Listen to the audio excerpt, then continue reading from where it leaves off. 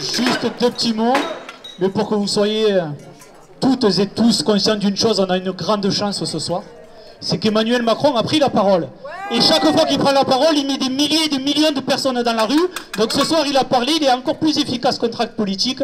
Donc soyez rassurés d'une chose, demain, il y aura encore plus de Françaises et de Français dans la rue. C'est une chance qu'il ait parlé ce soir. Encore une fois, pour rien annoncer, comme d'habitude, du mépris.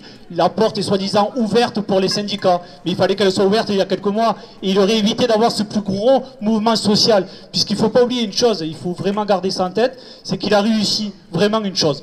En un mandat et demi, il a réussi une chose. On ne peut pas lui enlever ce mérite, c'est qu'il a uni les Françaises et les Français contre lui. Uni les syndicats. C'est historique, cette union syndicale qui devait, au bout de quelques semaines, quelques mois, s'effilocher. Non, elle y est toujours. À la 12e journée de manifestation, on était encore nombreuses et nombreux dans les rues.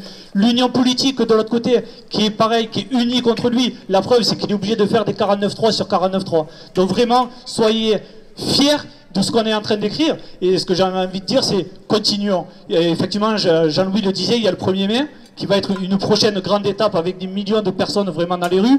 Mais continuons ce qu'on est en train de faire ce soir, c'est énorme. Se retrouver autant de personnes à Frontignan en quelques heures, Nadine le disait, en quelques textos, quelques mails, et on se retrouve plusieurs dizaines ici, c'est historique. Vraiment, c'est historique.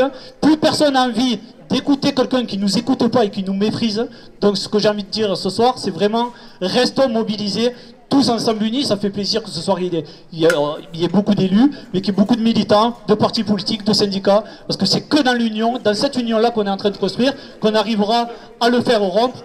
Et de toute façon, ils sont à deux doigts de céder. Donc il faut continuer, il faut amplifier, et on va gagner à la fin.